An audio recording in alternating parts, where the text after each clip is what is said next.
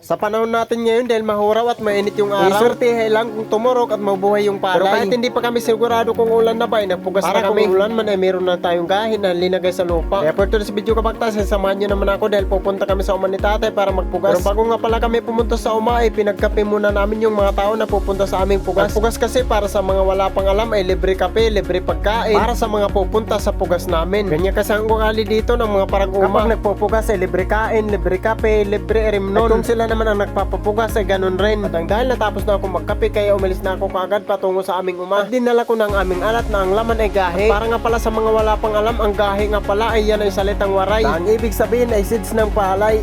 Bangas ka. Butil ng palay at yan ang aming itinitanim. At hindi na nga nagtagal nakarating na ako sa aming uma. At itong nakikita nyo nga pala, ito nga pala ang aming pupugsan ngayon. Hindi masyado malawak, siguro nasa napulo lang kagantang. At dahil nandun na ako sa uma kaya kumuha na ako ng kahoy para gawin kong bakuran. Ang bakuran nga pala iyan ang ginagamit namin sa pagluho ng lupa. Nalalagyan namin ng butil ng palay. Aming tinataisan muna yung kahoy para dumulot ito kung itutusok namin sa lupa. Lalo na ngayon na matigas yung lupa kaya ayusin natin ito para madali itong dumulot sa lupa at hindi siya madudupo. Nang matapos naman ako gumawa ng bakuran ay dumating na rin si tatay at gumawa na siya kaagad ng bintangan. Ang bintangan niya pala iyan ang linalagyan ng kahoy at tinataniman ng mga halaman. Kaya ng mga halaman na ito kilala, balasbas, huwas, kalipayan at saka panauli. At magpe-pray lang tayo na kaluuyan ng ating mga tanim. Mag-oorasyon lang tayo habang itinatanim namin ang mga halaman ay may sasabihin lang tayo. Bawat isa nito ay may sasabihin tayo at hindi lang basta-basta na wag usok-usok lang tayo. Sa salitang waray ay pamumulungan pa natin yan. At syempre lalagyan rin natin ito ng cross para makilala naman tayo. At kailangan rin meron apoy, meron bolo at meron tubig. At kung may tanglad ka ay pwede mo rin ito lagyan ng tanglad. Matapos naman ni tatay ilagay lahat ay linagay na rin niya ang gahe at kumuha lang siyang tatlong butil ng palay at inilagay niya sa tubig at sinimulan niya kaagad magbakod. Nang matapos naman siya magbakod ay binudburan niya kaagad para pag naipon na yung mga tao na pupunta dito ay magsimula na kaagad. Ganyan kasi ang mga paraguma dito sa bukid. Kailangan gumawa muna ng bintangan bago magsimula sa pagpugas. Yan ang tinatawag na superstitious belief. Ang dahilan doon na ako kaya sinimulan ko na kaagad magbakod para makahulwag tayo kaagad. At hindi magtagal ay makadangpal tayo kaagad. Kaya lang sa pagbakod ko pa lang ay naramdaman ko na mag-iiha talaga makadangpal dahil matigas yung lupa. At habang nagbabakod naman ako ay may dumating na kaagad na parang budbod. Kaya binudburan niya na kaagad yung aking binakdan. Ang mga babae nga pala ay ang tawag sa kanila ay mga magburudbod. At ang mga lalaki naman na may hawak na kahoy ay ang tawag nga pala sa kanila ay mga paragbakod. At hindi naman nagtagal ay nagtitikatirok na kami dahil nagsidatingan na nga yung mga sasali. Kaya yan makikita natin na medyo marami-rami na kami. Sakto lang ang pagsimula namin dahil yung oras ay 6:30. Malaki na rin ang pagkakaiba ng pagpugas dati at pagpugas ngayon. Dahil sa unang panahon ng maliit pa ako kapag may madaanan kang nagpupugas ay kailangan muna dumaan ka at magbudbod para makilala na parag-uma ka at pagrespeto na rin sa nagpupugas. Makikita natin na medyo mabakal ang galaw ng mga pagbarakod ngayon. Kaunti lang kasi yung mga pagbudbod. Nang makaabot naman kami sa baba, sakto lang sa pagdating ng almusal. Kaya nag-breakfast lang muna kaming lahat. Breakfast para pang mayaman. Dito kasi sa amin dahil mga parag-uma lang kami, ang tawag yan sa amin ay pamahaw. Kaya nang makarating kami sa ubos, makadangpal kami, namahaw lang muna kami. Ang ulam nga pala namin ngayon ay paksiw na isda. Habang nag-almusal naman kami, yung iba yung mga burudbod ay nandun pa sa ulit. Kaunti lang kasi sila kaya hindi sila nakakaabot sa amin. Kaya nauna na lang kami kumain. Dahil mga gutom na rin kami at hindi pa kami nakapag-almusal. Habang kumakain naman kami ng aming almusal, ay dumaan nga pala dito yung mga taga-RHU ng San Jorge. Kaya niyaya namin sila na mag-almusal. Mabusog pa daw sila. Kaya dumiretso na kaagad sila sa barangay. Shoutout nga pala sa mga walang pagod ng RHU ng San Jorge. At mabilis siyang shoutout rin nga pala kay Jill Obiado Wilder Vlog. At shoutout na rin kay Joel Dilosa. Mabilis siyang shoutout na rin kay Romar Tumalabkad. Kay Court Cabarles Gaben.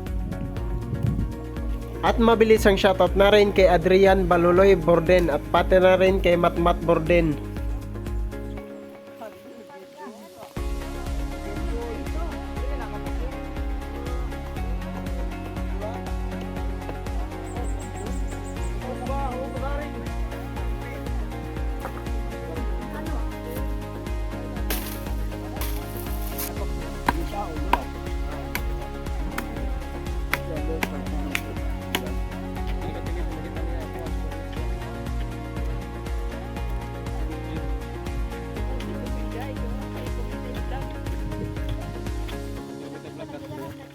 Yan na ito nahimo na ito siya.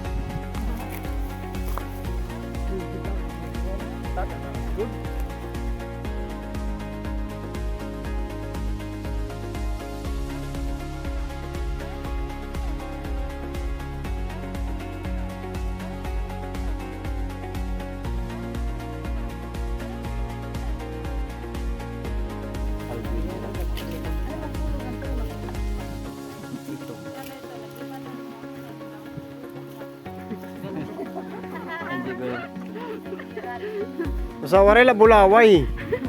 Inom nga ni inom.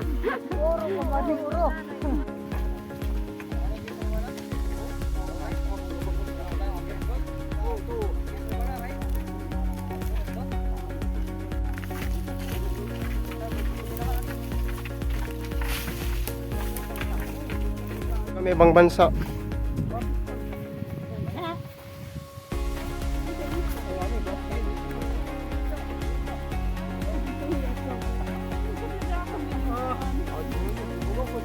Jadi dah.